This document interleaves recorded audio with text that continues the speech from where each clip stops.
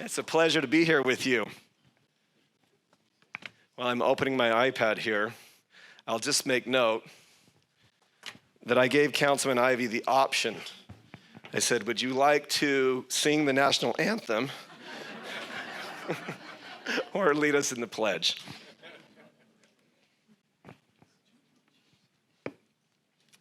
All right.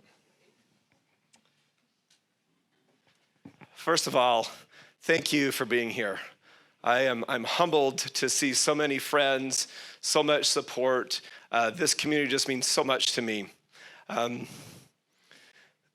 We have an elected body in Washington City, and I want to formally thank and recognize my fellow elected officials, council members Casperson, Ivey, Coates, Henderson, and Bellison. Each of them bring important skill sets, perspectives, and we have found a way to really work well together for the benefit of the city that we care about.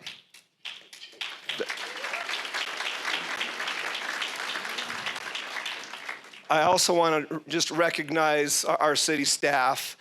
They do so much work. It seems like whatever we ask them to do, they roll up their sleeves and go to work and find a way to get it done. Often without the manpower and resources that we wish we could provide them, but I want them to know how grateful we are for their work, each and every one of them, and many of them here today.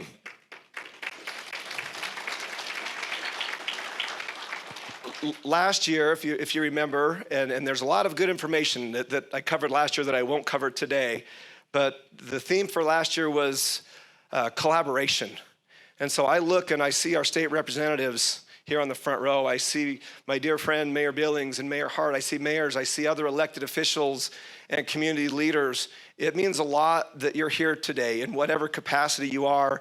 That collaboration amongst cities, amongst organizations, amongst county. I see our commissioners are here. That makes the quality of life we enjoy here in Utah's Dixie all the better. So I want to just recognize and thank each of them for being here as well.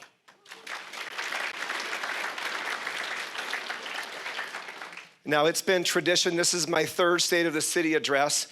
It's been a tradition that I give two awards.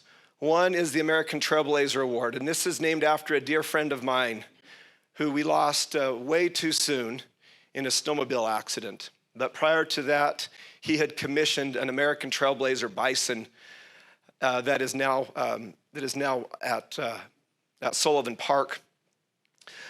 So this is a legacy award to him, and this is a personal one to me. So let me go ahead and recognize our American Trailblazer Award for 2024.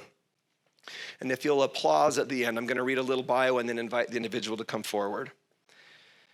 Raymond Hitton was born and raised in Hurricane, Utah.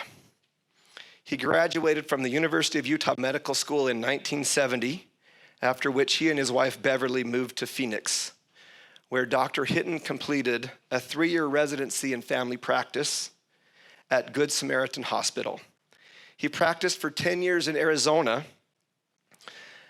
As the parents of 6 children by then, and wanting to raise their family back home in southern Utah, Dr. Hinton reached out to his uncle, Britt Kendall, a longtime local resident who was also serving as the Washington City Chamber president. Britt suggested they move here because Washington City was in need of a medical doctor. In 1983, Raymond and Beverly moved their family to Washington City and opened a medical office on Telegraph Street. And more importantly, they moved their family around the corner from me. And I became very close friends with them and their family. During his professional career, Dr. Hinton quietly, diligently, and carefully provided for thousands of patients, greatly impacting and improving their lives and the lives of their families. In addition to running a hometown clinic, he served as president of the Washington City Chamber of Commerce and as president of Washington County Medical Society. Dr. Hinton is, and always will be affectionately known as Washington's doctor. In 2008, he retired after serving Washington City residents for over 25 years. At that time, he transitioned his practice to other providers, which lasted for a period of time, but has since closed, again, leaving an unmet need in a now much larger community. Today, Dr. Hinton spends time with a beautiful and still growing family. He enjoys gardening, working in his yard, and traveling. Dr. Raymond Hinton is being awarded the American Trailblazer Award for bringing a medical facility to Washington City and for selflessly serving our community for dozens of years.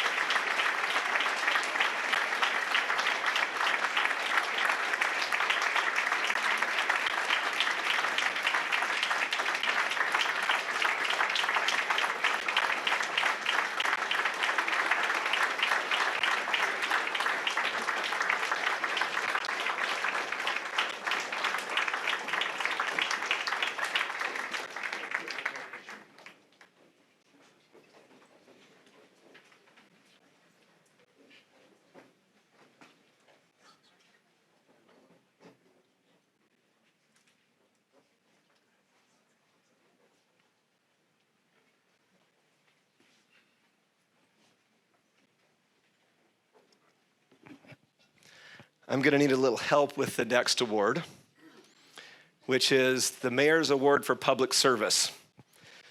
Could my young friends come forward and join me here at the front?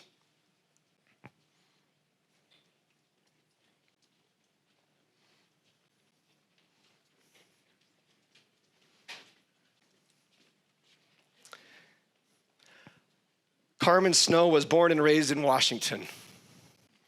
Her family settled here and has been here for generations. She's a graduate of Dixie High. She's been married to Stanley Snow for 56 years, is the mother of 3, grandmother of 9, and great-grandmother of 2. Her professional background is in retail management and merchandising, having supervised 7 stores in Utah, Nevada, and Idaho. Carmen is what you might call a super volunteer. And I imagine she's very surprised right now as well.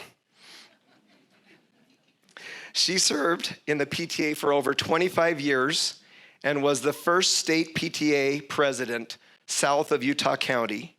She has served as president of the St. George Retail Association, on the board of directors for both the St. George Area Chamber of Commerce and Leadership Dixie. She has spent most of her life volunteering to make life better for others in Utah's Dixie. She's worn many hats in her life, but among her proudest must include helping to create the Washington City Youth Council 13 years ago, and being its fearless advisor these many years since. In this role, she has mentored hundreds of Washington City youth, developing personal relationships with them,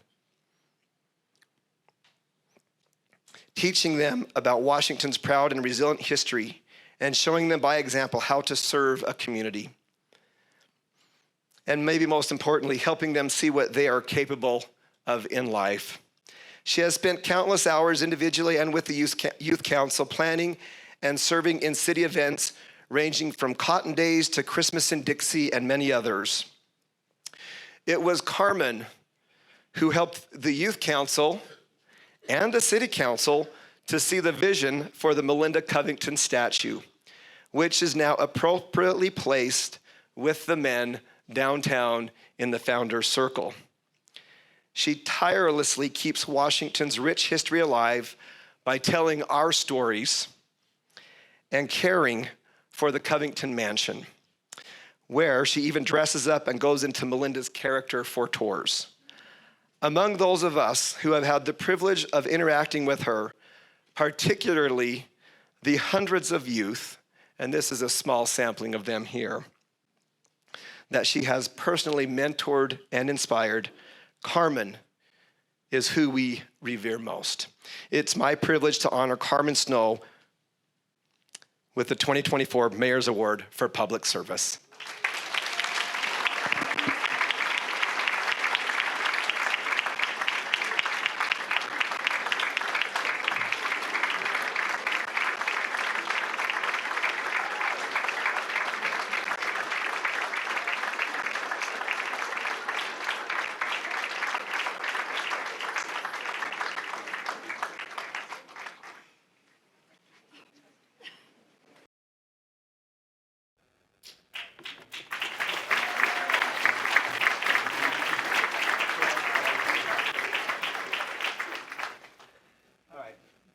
cool. Thanks, guys.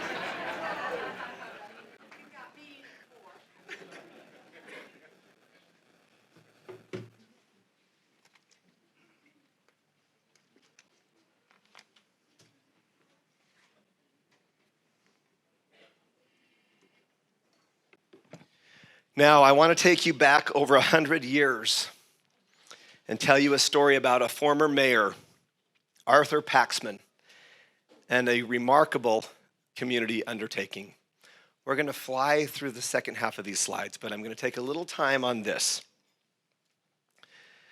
As it's recorded, the town, I think early 1900s, needed a gymnasium.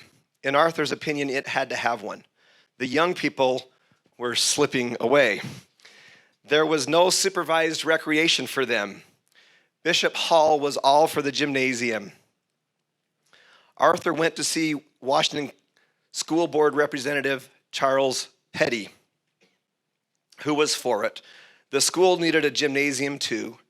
Residents were also very desirous of having it, built onto the rear of their new, lovely school building, which they had built on their own in 1909. Mr. Petty promised full cooperation. The town and the school would build it together. You see, the county school board had built the Hurricane Schoolhouse on the basis of the board putting up 50% of the cost and the townspeople contributing the other 50%. Washington insisted that it was their turn next. As Charles Petty related, in one of our meetings, the clerk of the board remarked, "Mr. Petty, you know very well that Washington City would not put up their half." I said, "But if we make them an offer, it will shut them up." I made the motion that we build them a gymnasium on a 50-50 basis, which was passed without a dissenting vote. I hopped in my Model T Ford and rushed to Washington. Bishop Hall and I rang the church bell long and loud. People came hurrying, thinking there was a fire. And I said to them, "I have just succeeded in getting the board to approve the building of a new gymnasium on a 50-50 basis. Let's get busy." Interest ran high. A committee was formed consisting of Bishop Calvin Hall, Arthur Paxman, Frank Staheli, and about 9 others. Arthur tramped the town over to encourage people to be at a meeting, prepared to cooperate. Charles Petty said, "I returned from Hurricane with my notary son and plenty of promissory notes and mortgage forms." The people responded generously. When I walked into the school board meeting, I remarked, "Gentlemen, you will be surprised to learn that the Washington people will come through. Here is cash and notes that cover the proposed gym." The board was surprised. And the president, who was also the president of the Bank of St. George, promptly said that the bank would not guarantee the notes. Mayor Paxman had his work cut out for him. I'm skipping a lot of the story. As it's later recorded, Mayor Paxman went to see the bank board so many times, then the members separately, they got calling him Patrick Henry. Ask your history teacher if you don't know who that is. But they wouldn't take those little individual notes like the county school board would. The bank board decided to get rid of him. The last time he came into the bank, they finally told him, "Get 3 responsible men with property enough to cover the full amount of the notes and have them sign 1 note covering the full amount of the individual loans, and we will guarantee the money." As Arthur left the room, someone said, "He will never get the signers." And a laugh went around the room. He then heard, "We have shut Patrick Henry up now." Arthur went home. Bishop Hall could sign the note. He had plenty of property. Mayor Paxman risked his personal farm and signed. But who else could sign? Arthur thought the town over and came to Miller Iverson. He and Evie had a store and a small farm. They also had a large family. Arthur went to Miller and explained the note. At first, Miller felt that he couldn't stand good on such a large note, but Arthur explained how young people would benefit from the gymnasium. Looking at it that way, Miller signed. Arthur hurried back to the Bank of St. George with 3 responsible signatures on the note, ready to build. That's a pretty cool story, isn't it? In 1924, when the gymnasium was finished, there was a big town celebration. Everyone had done their share, and every promise was fulfilled. And this is what the old gym, as it's called now, looks like today. In fact, I took this picture just a few days ago. For almost 100 years, the gymnasium behind the school was our gathering place, centered on youth and families in the center of town.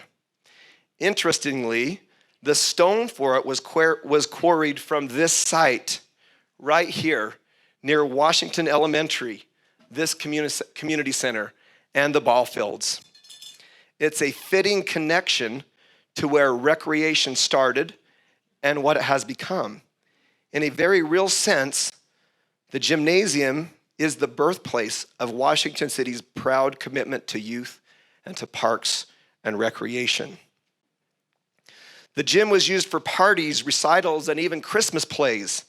As a child, I remember adults wheeling in basketball standards set into tractor tires and placed at each end of what I thought was a large gym. Now I realize it's quite small.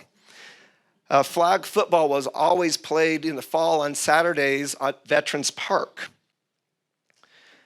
But in short, the gymnasium brought the community together. However, in recent years, it's been underutilized, almost forgotten, and sadly fell into disrepair. Until now, exactly 100 years later, the City Council has appropriated RAP, Recreation, Arts, and Parks funding to restore and preserve the building, breathe new life into it once again, while inserting modern functionality. We selected a builder, CERT Construction, and an architect, Method Studio, and took the idea to the public for input. Meeting with hundreds of residents and civic groups, we all shared memories, stories, and ideas of how this could best be used once again. The design team took hundreds of notes. Here's what we heard. And by the way, most of them have been inserted into the design. And the renovation is slated to begin within the next few months. The gymnasium remodel will set the tone for a community commitment to revitalizing a downtown area with great potential, connecting this sandstone structure built on a lava rock foundation by a community fully invested from our past with the vision of what we can create in the future.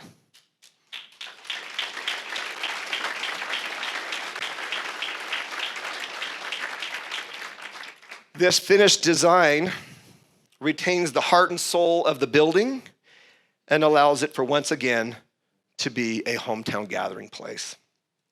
Now, we'll start going quicker through these slides. I have a lot to share.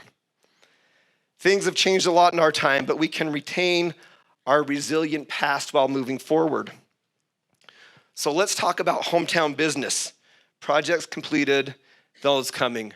I'm proud to announce that for the second year in a row, Wallet Hub has named Washington City as the #1 small city in America for starting a business. 2022, 2023, back-to-back champions.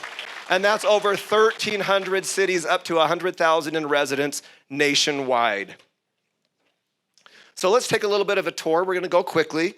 We're gonna start on exit 10 off I-15. This is where the entrance into the Green Spring neighborhood. A Residence Inn by Marriott will be built and connected to the Spring Hill Suites by Marriott, which was recently named as the best performing hotel in Washington County for revenue per available room. In that same area, Homewood Suites by Hilton has been approved for construction, and we anticipate their building going vertical. Many of you have seen the new Maverick on Buena Vista. It's in full operation, as busy as Mavericks always are. Next to the Maverick is approved Panera Bread that will come in, and there is additional pad sites for restaurant, retail, and service adjacent to Panera and behind the Maverick, between the Maverick and the hotels.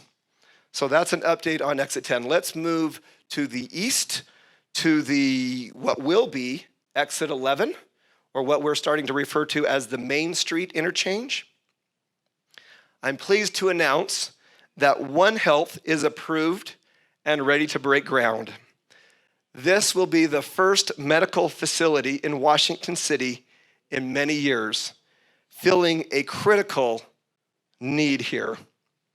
I hope many of us will choose to use their providers, and if I didn't love Dr. Callahan so much, I might even move over there. Maybe I can get him to move here. I'll work on that.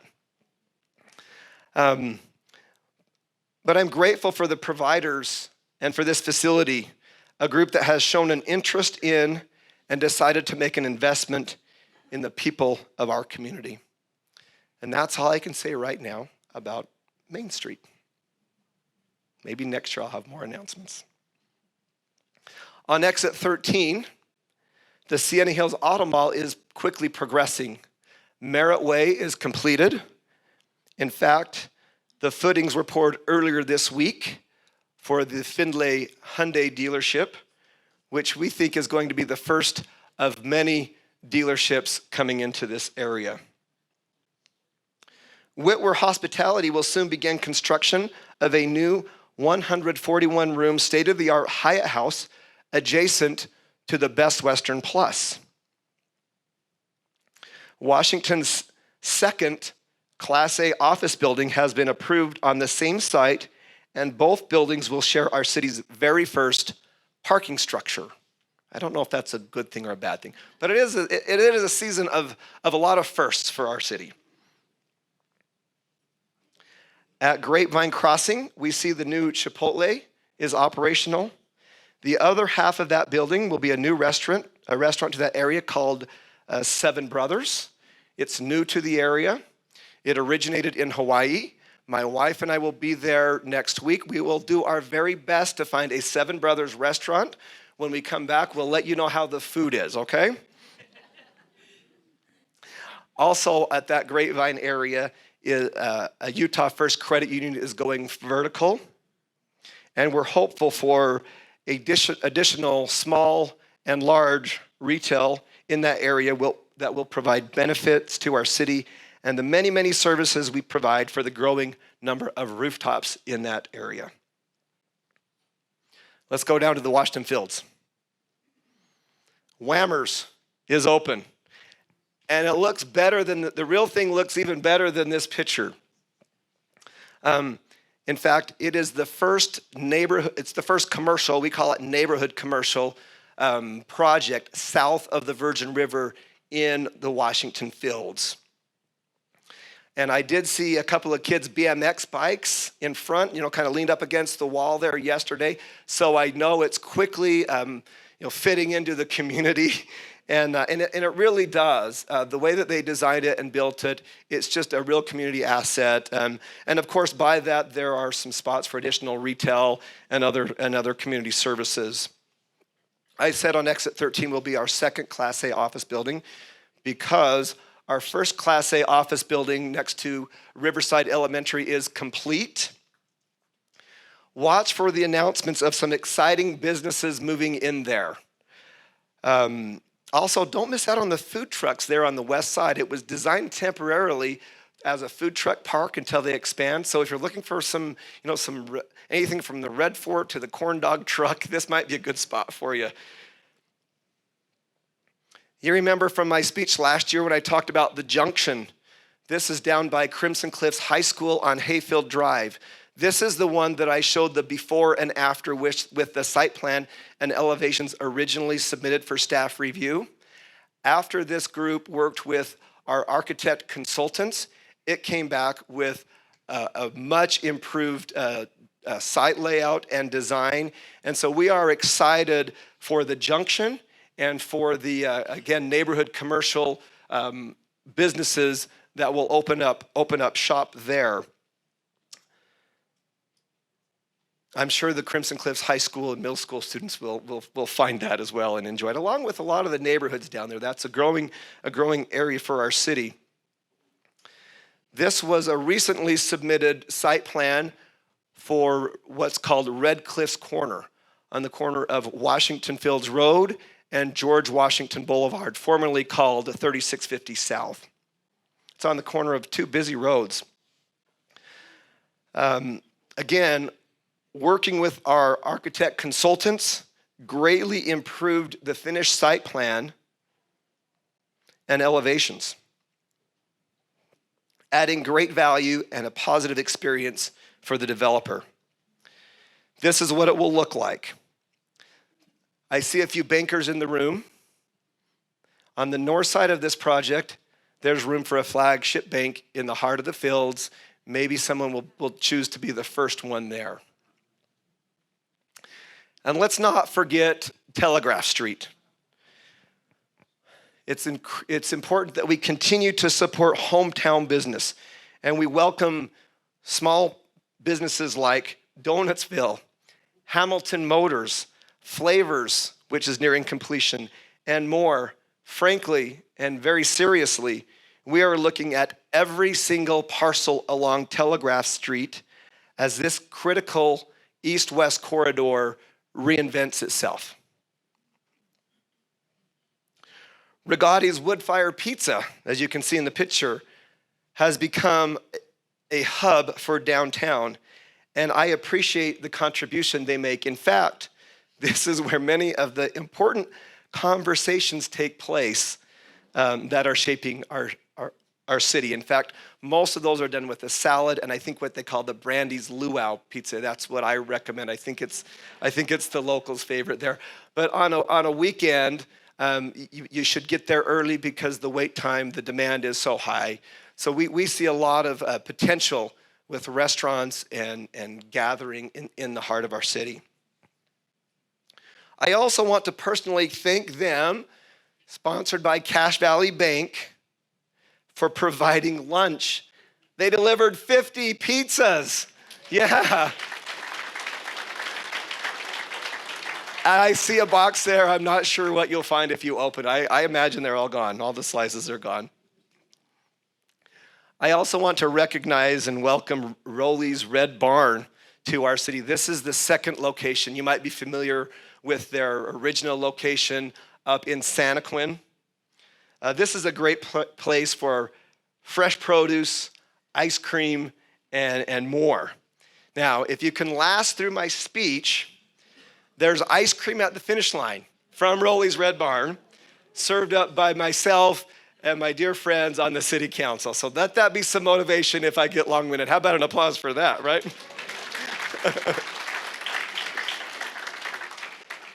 Let's change gears a little bit. Again, I told you we're flying through these sides. We are growing and evolving, built on that pioneer grit and resiliency. The population of Washington City is growing. In fact, it's about 10 times the size it was in 1993 when I, not with honors by any means, but I did manage to graduate Pineview High School. In fact, if you look at the population of our city, it has about doubled in size each of the last 3 decades. So if you have a math mind, picture that on a graph with that exponential growth. It makes for a lot of work for some very good people in our city. It makes a lot of work for our staff on the front end, for the plan approval and inspections on the back end, and for the many, many services from police and fire and roads and streets and sewers and all of those things that residents expect when they choose to build a house in an incorporated municipality. In 2023, Washington issued 338 new business licenses. We issued 708 new residential building permits.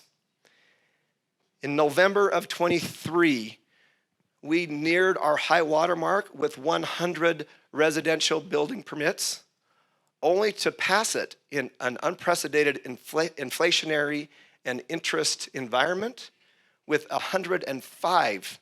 It tied our record in number of new building permits.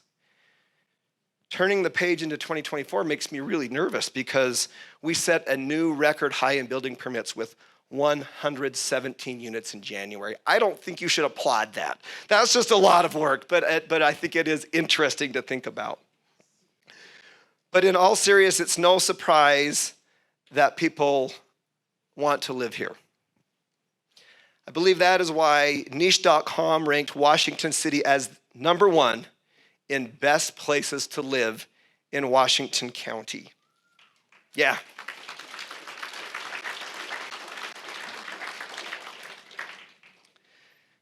Stating, Washington offers residents a suburban rural mix with well-maintained parks and trails. It is an amazing place to live because of the family-friendly environment, a growing economy, unparalleled outdoor activities, and easy access to reservoirs, mountains, and national parks. Niche.com gave A grades, which is way higher than I got in 93 at Pineview. They gave A grades to Washington in jobs, health and fitness. Obviously, we're here at the community center. Outdoor recreation, and weather.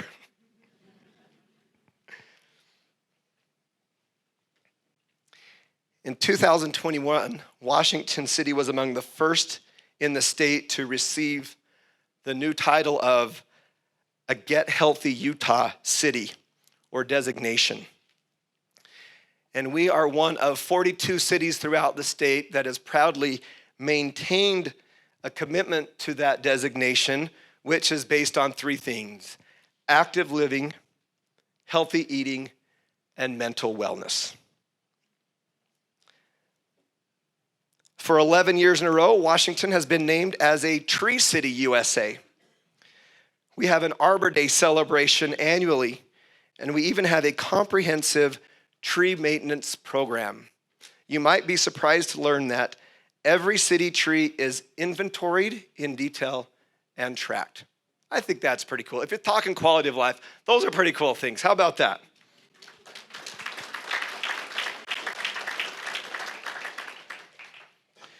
Grapevine Trailhead is under construction. It will provide parking, amenities, and access to a network of amazing trails in the Red Cliff Desert Reserve. Trails like Bracken's Loop, Grapevine Trail, Dino Cliffs, and more. It's going to be really, really nice. The much anticipated Washington Wills Park is progressing. Mass grading and design are complete. The project will go out to bid soon, with construction anticipated to begin in July and completion in time for Cotton Days 2025. Let's move on to infrastructure. I think some of these projects are, what Blake Fonsbeck told me is they are a public works director's dream. They love to work on the big projects. So let's talk about a few of those that are currently happening. This is a recent picture taken from Main Street, a drone footage that looks like about 300 or 400 North Main. It shows what will be the new alignment underneath the freeway at the Main Street interchange, tying what's currently a dissected city, the south and the north. But what I love about this is you can see that Main Street will veer a little bit to the west. It will go underneath the freeway, then it will come back to the east and tie naturally back into Main Street. It will go right by a wonderful community called Brio. It will continue north where it comes to the Washington Parkway. Continuing north is a project that is currently under construction. We broke ground a month or 2 ago, And this is a really exciting project called Solente. It's a few thousand homes that will abut the Red Cliffs Desert Reserve. And while you may or may not like the residential growth, I've always said I am not chasing growth, but what I do love about this is as far north as our residential building will go. And I can tell you what's fantastic about this is Grapevine and two of the other trailheads into the reserve are being built by this development. So I'm actually really excited, and I'm excited the way that it connects the new parts of our community with our historical downtown area. So I think it's going to be really nice when it's all said and done. Moving down to the fields, this is on SR7, sometimes called the Southern Parkway. And these are on and off ramps onto George Washington Boulevard, named after, obviously, the same person that our city is named after. And it also appropriately connects Washington City with the city of St. George. As you look to the west there, you can see the Red Cliffs Temple. If you continue west into St. George, this road will eventually become Dixie Drive and tie all the way into Santa Clara Ivins area on the west side. And then on the east side, with the Southern Parkway completion, it ties our good friends on the east side of the county in Hurricane, Laverque, and Toquerville. So this is a nice addition to our city. You can also see there just where it kind of bends behind those power lines. That's the 14-acre site where the Washington Wills Park will be built. And another street project that's recently been completed, but the road hasn't been opened yet. So if you drive on it, you're not doing it legally. Just don't go too far. But this is the Washington Fields Road South extension, and it goes about 3 miles from that Warner Valley interchange onto the Southern Parkway, all the way down to near the airport. Now, this road is part of what I announced last year, which was Freeport West's ARA Southwest Logistics Center. I'm going to show you a video of what's happening there while I tell you just a few facts about the Logistics Center. Freeport West and Judd Palmer, JP Excavating, they are moving about 5 million cubic yards of dirt, mixing it and replacing it as part of the preparation for building what will be 5 million square feet of high-end wholesale distribution and warehouse uses, likely with a few corporate headquarters and some intermixed retail. The inner road network and the first 2 buildings, what they call small, I'll tell you the size, you can make that determination. The first 2 buildings of 180,000 square feet are slated to be done a year from now, along with all the interior road network and on and off ramps onto the parkway. So this is really exciting. At some point, we'll have to open that road because roads that aren't driven on deteriorate faster, right, Blake? Got it. So there we go.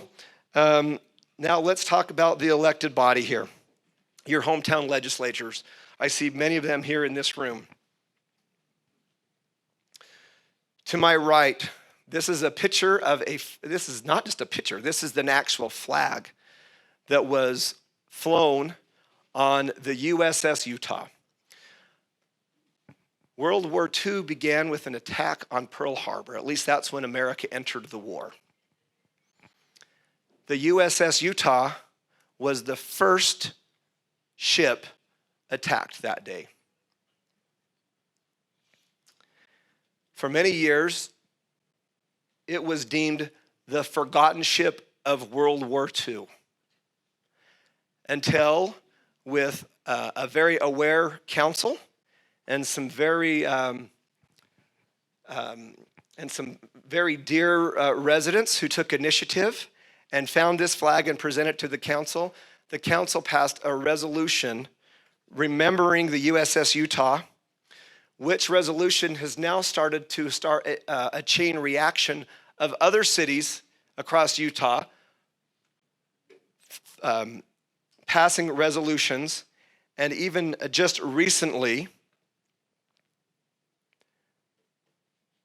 with the help of our dear friend and Representative Joseph Elison and Representative Jack at his side, Senator Vickers in the Senate passed HCR 001, a resolution honoring the USS Utah and declaring on a state level December 7th as Pearl Harbor Day in the state of Utah.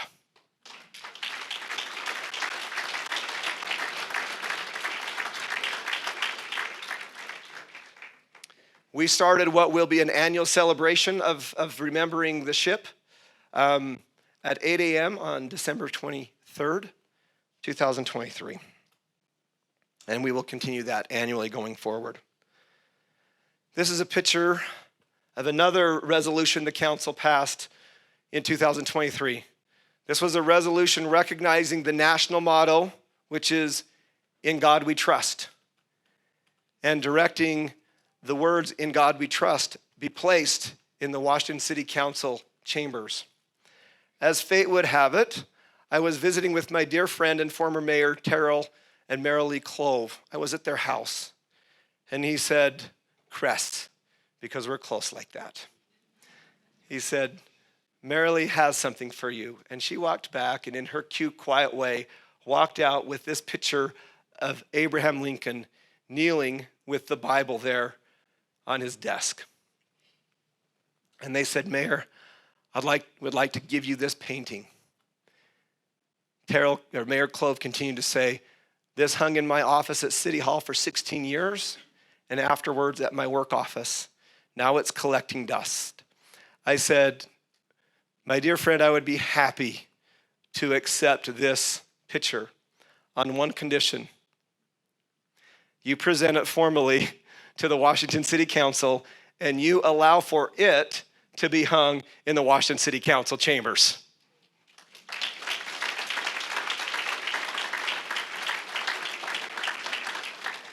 This is a limited edition painting, and as I read the history on the back of it, it shared the story that the very last congressional act signed by President Abraham Lincoln before his assassination was Congress's act to allow for the national motto, "In God we trust," to be placed on currency. So it's very fitting that Abraham Lincoln join the city named after George Washington and be proudly displayed in the council chambers with a painting actually named "In God We Trust."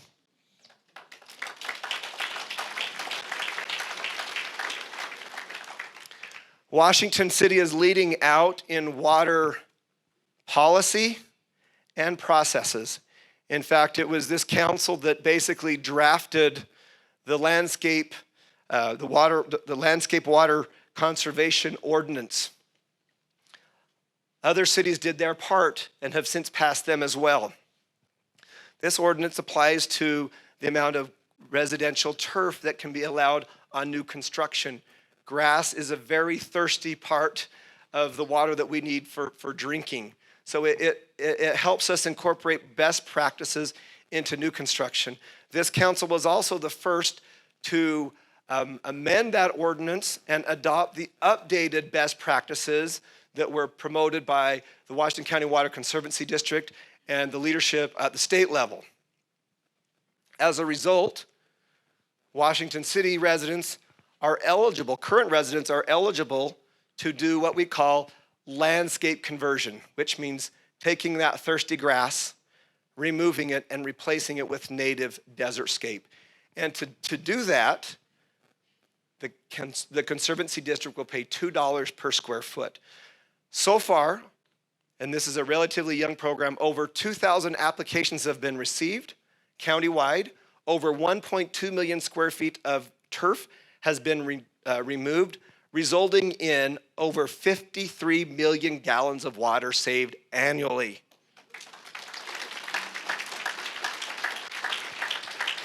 For those of you who are visual, and I know there's some of you out there, you know the sod that you might help your neighbor lay on their grass, that we hopefully that doesn't happen much anymore.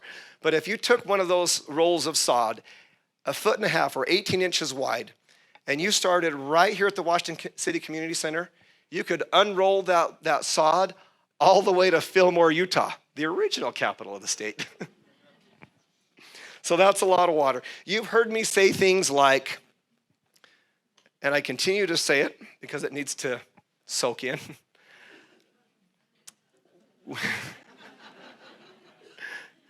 I'm a father of 4. I still have bad dad jokes. I say things like, we live in a desert. We need to act like it. Our lives and livelihoods depend on wise water management.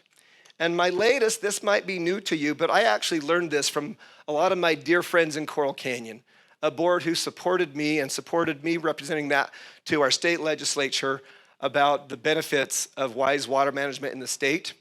And here's the new one. Wise water management is not political, it's responsible.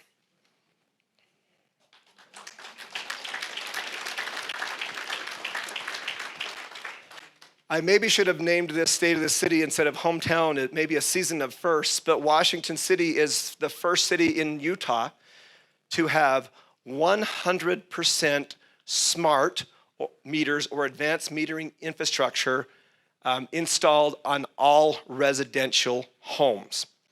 What this means on the city level is that if you have a leak, we'll know quickly. We can call and notify you and get it repaired. What it means on the consumer side is if you have a leak, you can get it repaired, preventing further damage, and also preventing you from having to pay additional money associated with that water that's just seeping or running somewhere. And to do that, we have an app. So you can get your smartphone and you can download an app called My Water Advisor. And you can start to take charge of a limited resource. You can track your hourly, daily, weekly, monthly usage. You can compare that with your neighbors if you want. You don't know their names. But you can compare, the data is very helpful in helping you to take ownership and responsibility of your own water use. And so to help you download that app and take responsibility for your water usage, after the State of the City, we have at least 3 people set up in the back corner. Raise your hands. They are here to help you download and install My Water Advisor. And my wife said this morning, she said, make sure to remind them to turn on leak detection, because we had the app downloaded but not leak detection, and we had a water main go out, which was a nightmare trying to figure out. It's been fixed since, but that notification would have saved us a couple of $3,000.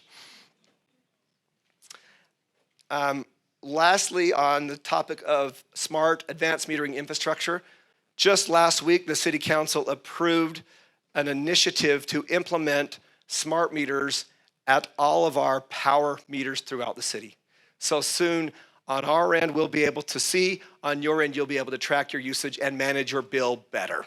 So that's another case of where Washington City is leading out.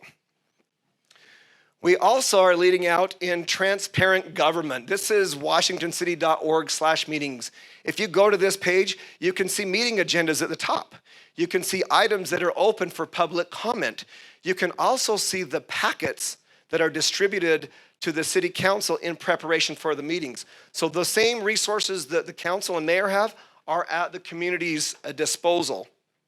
If you scroll down, you can see the minutes from past meetings. You click on the hyperlink. Actually, you click on that link, it takes you to a hyperlink embedded within the agenda. You click on that, and rather reading a summary of what somebody else's interpretation was of the council meeting, you can watch it starting at the minute and second of the meeting. In fact, this was just last meeting. The individual on the top there had zoomed in from northern Utah. He was bond counsel advising us on a bond that we have since signed on for a 2.5 million gallon water take at the south end of our city. But we feel like government, as an elected body, we feel like government is for the people and that it ought to be transparent to the people.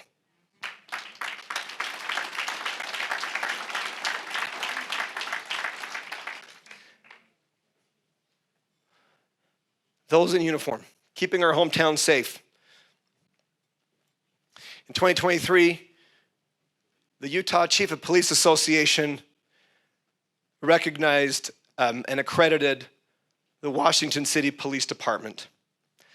When I came back into public service in 2020, Washington City had 29 sworn officers, 1 SRO or school resource officers, and 2 canine units with handlers. Today, 4 years later, we have 38 sworn officers, 3 SROs, 3 canine units with handlers. I will say this elected body, this administrative staff is fully committed to public safety. In fact, allocating in excess of 80% of general fund revenue to public safety, police and fire.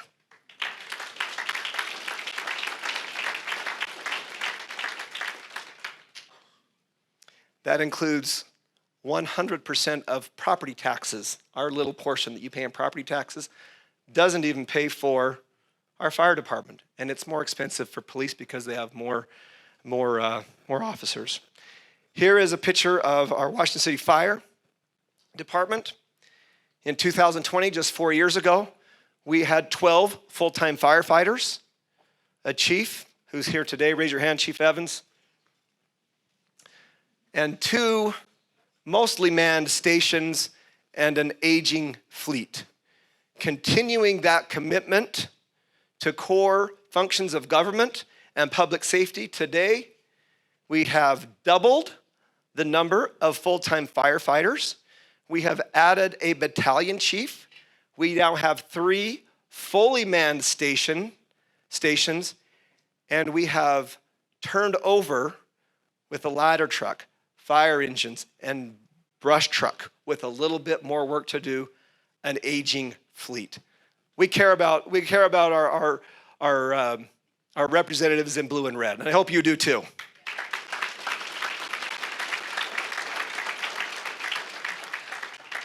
Let's talk about the hometown organizations and events. You heard a little bit about this earlier when I recognized my dear friend Carmen. Along with the youth council, they led out, this is the Melinda Covington statue, right there at the head of the Founders Circle, there with the men. The sacrifices, the example that she set on that pioneer grit with those Southerners who trekked west and were settling in the Salt Lake Valley and then called to grow cotton in the desert. I can't think of a lot in life that I might want less. But she was absolutely amazing. So I am inspired by her story, and I'm grateful that the youth council led out on that. In fact, the lieutenant governor came down. She gave a wonderful speech at that event, and it was very, very touching, very fitting. On a less serious note, I insisted that we stop calling it the Washington City Half Marathon. I'm a bit of a runner, along with Councilman Coates as well. But I said, hey, we got to bring back the Dogtown Half Marathon. We've been affectionately called Dogtown for many years. I don't think it's a dig. I think it's something that we're proud of. So the Dogtown Half Marathon will continue on. We hope that it becomes bigger and better year after year after year. And it was so fun for me. I actually wasn't planning on running that day, but I went down to help, and I saw this class of third graders with their teacher's husband. And I think it was Dr. Traveler, a friend of mine, said, "Mayor, aren't you running?" And I just couldn't say no. So I jumped in and ran with this group and actually know one of the girls pretty well. And I did ask permission to show the picture. This is our Washington City Concert Band. They do wonderful concerts throughout the year. This was at the groundbreaking, or actually at the ribbon cutting for the Sunrise Valley Park off Country Way. This is our Washington City Arts Council, who has been a wonderful community partner, who have initiated shows. They even got us doing a little bit of art. Councilman Henderson, with his abstract piece, took home the prize. But I gotta tell you that council members Ivy, Coates, and Casperson, they were right in the mix with, respectively, their Camaro scene, the mountain scene, and I think Councilwoman Casperson drew a vase, a little more classy than the rest of us. But with their events, they were able to donate to a great cause, which is the Dove Center. Oh, we have kept the annual Mayor's Cup going. I'm not much of a golfer, but I said if we're going to keep it going, we're going to do it for a cause. So we teamed up with the Washington City Rotary Club, and we did it the cause to continue to support as they do out here. I think it's the last Thursday of the month. We were able to generate $20,000 for the Utah Food Bank with their ongoing needs.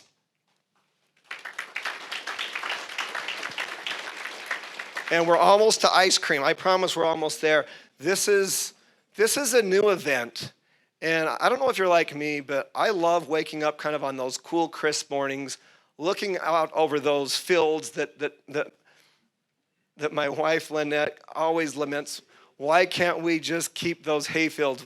And it's at home, it's entirely my fault for any new development that comes in that replaces the hay fields that ironically my family's been farming there for generations. But I love her so much that I just say we're just doing our best, and I'm happy to keep the hay fields there for as long as they will be. But those hay fields make great landing spots for balloons. And so the Washington area chamber, this is the third year that they've had the Balloon Fest. They do a really cool activity at night with the night glow. And it's just been a lot of fun seeing that fun element and new traditions into our hometown. Okay, we're about to wrap things up. All of these people, these places, these projects come together to paint the picture of a proud, resilient, and now thriving community. A community that's committed to families, to youth, and to all the right things. You could say they create a puzzle, with each piece being a key part of the finished product. Together, they create our hometown. So, it is my pleasure to announce an exciting unveiling happening during Cotton Days. It is actually the first of 250 folk art paintings that the artist Eric Dowdle has been commissioned to paint for America's 250th anniversary commemoration. This painting tells our story in great detail, to say the least. Without further delay, here is a sneak peek of our hometown painting. You might recognize the two-story sandstone school that was built in 1909. And this is just a zoomed-in close-up, but I've asked Carmen Snow, the driving force behind this, to come up and take a few minutes to tell you a little bit more details, a little bit more about the unveiling. She's just going to take a few minutes while I take off my coat, put on an umbrella, and I'll be prepped to serve ice cream with my good friends on the council. Thank you, everyone.